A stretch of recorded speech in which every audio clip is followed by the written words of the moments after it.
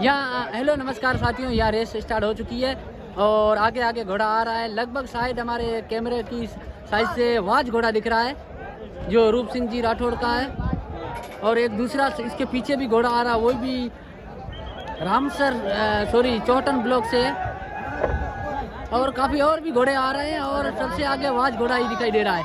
रूप सिंह जी राठौड़ का वाज घोड़ा आगे दिखाई दे रहा है। रूप सिंह जी राठौड़ का हसन खान जिप्सी काफी ऊपर जिप्सी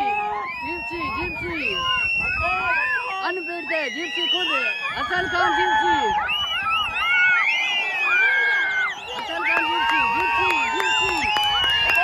काबिल तारीफ जिप्सी। और यह जिप्सी ने और दूसरे नंबर भी यहाँ से काफी जाते हुए घोड़े हैं। पीछे से आसम खान, वो भी घुड़सवार दामलियार के है, दूसरे नंबर पर जाते हुए।